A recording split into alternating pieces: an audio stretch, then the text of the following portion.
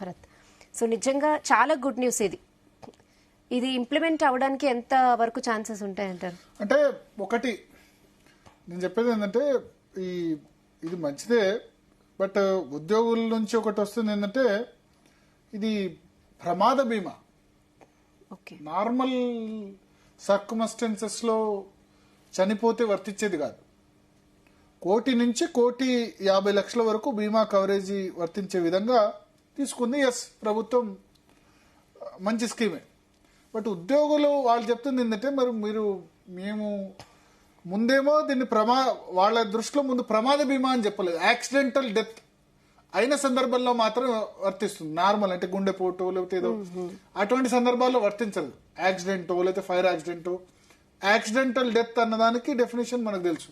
ప్రమాద బీమా మాత్రమే 1 నుంచి 1,50,00,000 వరకు బీమా కవరేజ్. ఇది సింగరేణి కార్మికులకి ఇంప్లిమెంట్ చేశారు ఆల్రెడీ.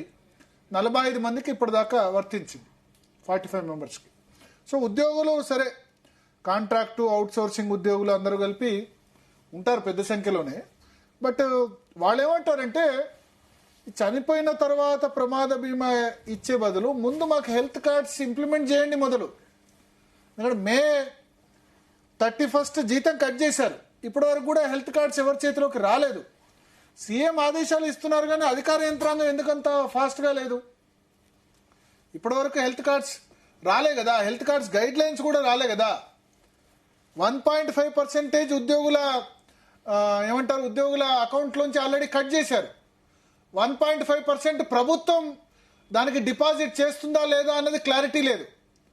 మనం ఎస్, డెత్ ఇన్సూరెన్స్ డెఫినెట్గా ఉండాలి, ఉద్యోగులు ప్రైవేట్గా కూడా కట్టుకుంటారు. ఇది మామూలు ఇన్సూరెన్స్ కాదు, యాక్సిడెంటల్ డెత్ ఇన్సూరెన్స్. కేసీఆర్ టైంలో ఒకటి రైతు బీమా అని పెట్టారు.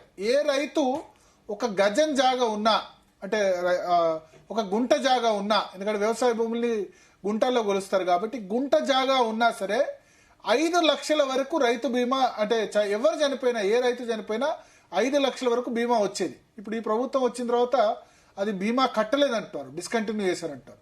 ఇప్పుడు ప్రభుత్వ ఉద్యోగులకు కూడా యాక్సిడెంటల్ డెత్ ఇన్సూరెన్స్ ఇవ్వడం అన్నది మంచిదే, 1 నుంచి 1,50,00,000.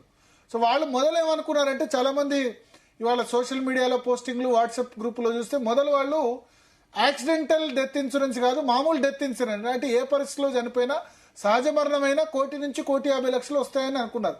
కానీ అంటే మొదలు చెప్పిన కమ్యూనికేట్ చేసిన దాని ప్రకారం, కానీ వాళ్ళు చూస్తే అది యాక్సిడెంటల్ డెత్ ఇన్సూరెన్స్ అని మాత్రమే ఉంది.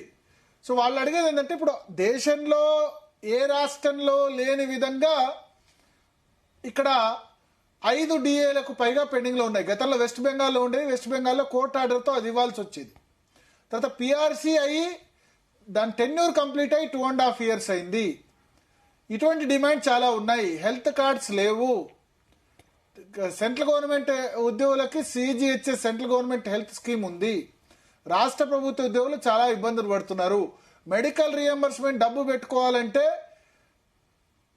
ఫైనాన్స్ మినిస్ట్రీలో దానికి కూడా కమిషన్లు అడుగుతున్నారు. 2 లక్షలు 3 లక్షల రూపాయల బిల్లులకు కూడా శాంక్షన్ చేసేందుకు కమిషన్ 10%, 15% ఇచ్చుకోవాల్సిన పరిస్థితి. ఇది ఉద్యోగులు ఎదుర్కొంటున్న పరిస్థితి. సో ఈ నేపథ్యంలో ఎస్, మంచిదే, యాక్సిడెంటల్ డెత్ ఇన్సూరెన్స్ ఇవ్వడం మంచిదే. రేవంత్ రెడ్డి అన్నారు ఉద్యోగులకు ఎంత చేసినా తక్కువే అని చెప్పి. మన జీ తెలుగు న్యూస్ పోలీస్ అవార్డ్స్లో ఇంకో మాట కూడా అన్నారు, ఏంటంటే మరి ఆ 2% ఉద్యోగుల కోసం 98% మందితో నేను ఫైట్ చేయాలా, 98% వాళ్ళ డిమాండ్స్ కూడా నెరవేర్చాలా అని చెప్పారు. ఇవాళ దానిలో 8,11,000 కోట్ల రూపాయల అప్పు కేసీఆర్ చేశాడు, ఏం చేయాలి అని అంటారు. ఇప్పుడు June 1 వరకు సాధ్యమైన త్వరగా PRC రిపోర్ట్ తెప్పించుకుంటా అన్నారు, కానీ తెప్పించుకోలేదు June 25 అయినా. అదే సమయంలో రిటైర్డ్ ఉద్యోగుల బెనిఫిట్స్ చాలా రోజులుగా ఆగిపోతున్నాయి, ఆ ఇబ్బందులు ఉన్నాయి.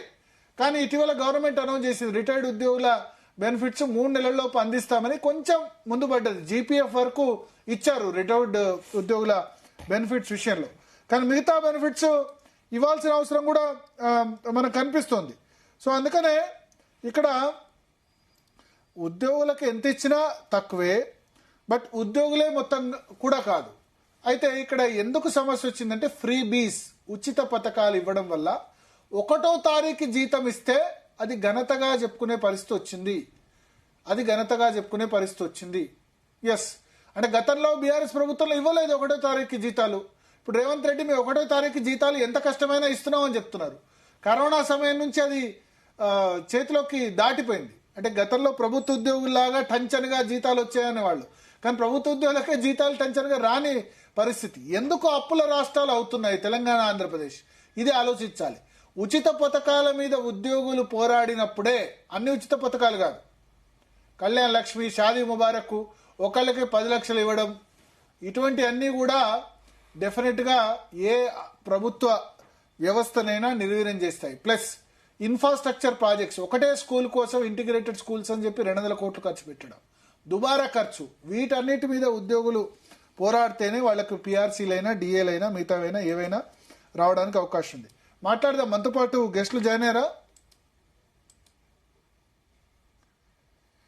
అడ్వకేట్